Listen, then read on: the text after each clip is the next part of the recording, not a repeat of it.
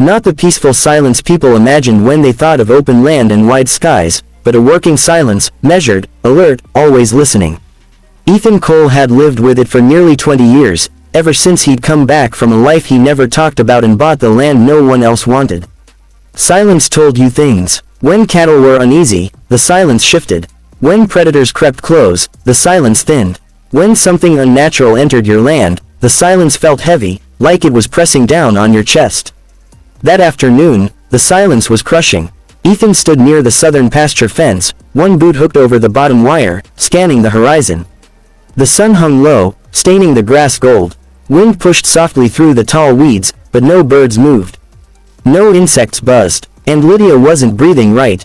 She stood 10 paces away, stiff as a post, arms locked around herself. She'd been working for him just over a month, quiet, efficient, grateful for the job in a way that suggested desperation rather than enthusiasm. Normally, she avoided eye contact.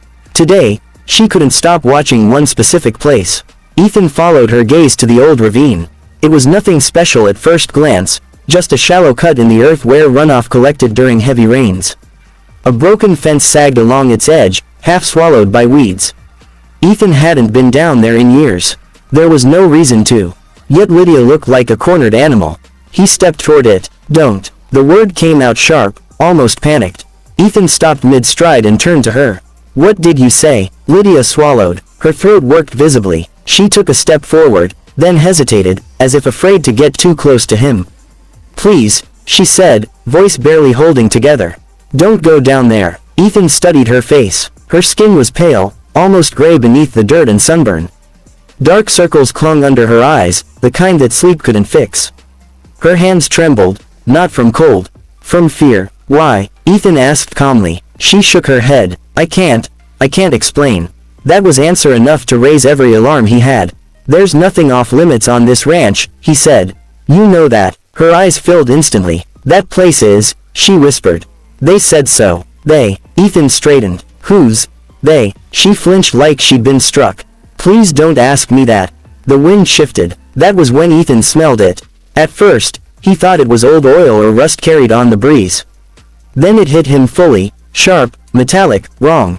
It crawled up his nose and settled deep in his chest. Blood, old blood. His jaw tightened. "You should have told me," he said quietly. Lydia stepped in front of him, blocking his view of the ravine. Her hands clenched into fists at her sides. "If you look," she said, "tears spilling now, everything changes." Ethan didn't answer. He gently moved her aside. She didn't fight him. She just sagged, like a rope cut loose, whispering over and over, I tried to stop it." Ethan approached the ravine. Each step made the smell stronger. Closer to the edge, the ground changed, flattened grass, scuffed dirt, marks that didn't belong to animals. He crouched, touching the soil. Boot prints, not ranch boots, heavy, industrial, truck traffic. His heartbeat slowed, not sped up. This was the kind of calm that came before violence, the kind he recognized too well. He leaned forward. That was when he saw the first shoe. A small one, pink, child-sized, half buried in mud. Ethan froze. He scanned the ravine carefully now, eyes adjusting, brain cataloging details against his will. Another shoe, a torn backpack with cartoon patches. A piece of cloth snagged on thorny brush, once a blanket. The blanket was stiff, darkened. His stomach turned. "No," he muttered, more to himself than anyone else. Behind him, Lydia sank to her knees. "I clean up after," she sobbed. "They make me clean. They tell me it's trash. They tell me not to ask questions." Ethan's vision tunneled. Near the base of the ravine, partially hidden by dirt and rusted scrap metal, sat something that absolutely did not belong there. A shipping container, half buried, scratched, its doors dented outward. Ethan felt cold spread through him. He descended slowly, carefully, as if afraid the ground itself might scream if he moved too fast. The container loomed closer. That was when he heard it. A sound so faint it might have been imagined. Tap. He stopped breathing. Tap, tap. It came from inside the container. A weak, irregular knock. Then silence. Time stretched thin. Ethan placed a hand against the metal. It was warm. Warm from the inside. His chest tightened painfully. He pressed his ear closer. A whisper drifted through the steel. Dry, hoarse, unmistakably human. "Hello." Ethan stepped back, knees threatening to buckle. Behind him, Lydia whispered in a broken voice, "They said if I talked, they'd put my brother in there too." Ethan looked at the container. At the scratches, at the shoes, at the quiet land that had trusted him to protect it, and something ancient, disciplined, and merciless rose up inside him. He reached for his phone. Scene 1 ends here. He sprinted back up the ravine, boots tearing through grass and dirt, lungs burning. Lydia looked up at him from the ground, terror and hope colliding in her eyes. "Get to the house," he said, already pulling his keys from his pocket. "Lock the doors. Do not open them for anyone. Anyone. But, now." She scrambled to her feet and ran. Ethan jumped into his truck and tore down the dirt road, dust exploding behind him. His mind was sharp, focused, terrifyingly calm. He dialed 911, but he didn't stop there. One call wasn't enough. He made 3 more.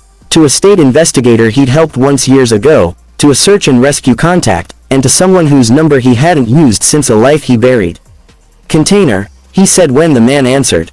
"Kids inside, ranch land. I need it quiet and fast." The response came instantly. "We're rolling." Ethan slammed the brakes near the ravine and grabbed bolt cutters, crowbar, water, anything his hands touched. He ran back down the slope, heart hammering now, not from fear, but from urgency. He cut the rusted lock. It snapped open with a sound too loud for the moment. Ethan yanked the container doors. The smell hit him like a wall: stale air, sweat, rust, sickness. His eyes adjusted slowly. Inside were 4 children, 2 boys, 2 girls, curled together, filthy, dehydrated. One of the boys lifted his head, eyes glassy but alive. "You came," the boy whispered. Ethan dropped to his knees. "I'm here," he said, voice rough. "You're safe now." He worked fast. Water first, small sips, coats wrapped around shaking bodies. One girl clung to his arm, fingers digging in as if afraid he'd disappear. "Don't leave," she begged. "I won't," he promised. "I swear." Sirens cut through the air minutes later, then more. Black SUVs, state vehicles, unmarked trucks. Men and women moved with grim efficiency, their faces changing the moment they saw the container. No one spoke for a long time. When they did, it was quiet, controlled, furious. The children were carried out one by one, wrapped in blankets.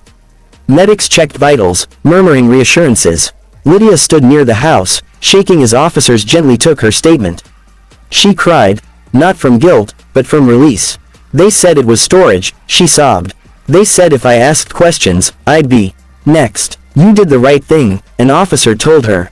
"You survived." But it didn't end there. Because predators never operate alone. Investigators followed the tracks: truck routes, fake permits, shell companies. The container wasn't the first. It was just the one that got caught. By dawn, 3 men were in custody. By noon, 7 more. By nightfall, the story broke. Not the ranch, not Ethan, the network, trafficking, illegal labor, children taken from migrant families and stored until buyers arrived. And then came the knock on Ethan's door. Not loud, respectful. A man in a dark suit stood on the porch, badge visible. "You saved lives," he said.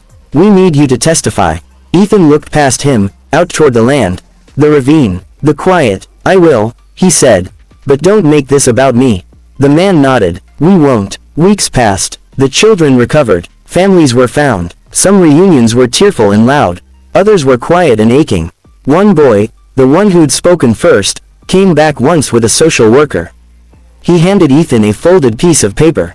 It was a drawing. A man standing in front of a big open box. Sun overhead, doors wide. At the bottom, in shaky letters, it said, "Thank you for looking." Ethan framed it. Lydia stayed on the ranch. She worked harder than ever, but she slept through the night now. Sometimes she stood near the ravine, staring down, and Ethan stood beside her, not speaking, just present. The land grew quieter again. But it wasn't the same silence as before. It was the kind that comes after truth. After justice. After someone chooses not to look away. And far from the ranch, in concrete rooms with no windows, men who thought they could hide behind threats and steal learned a brutal lesson.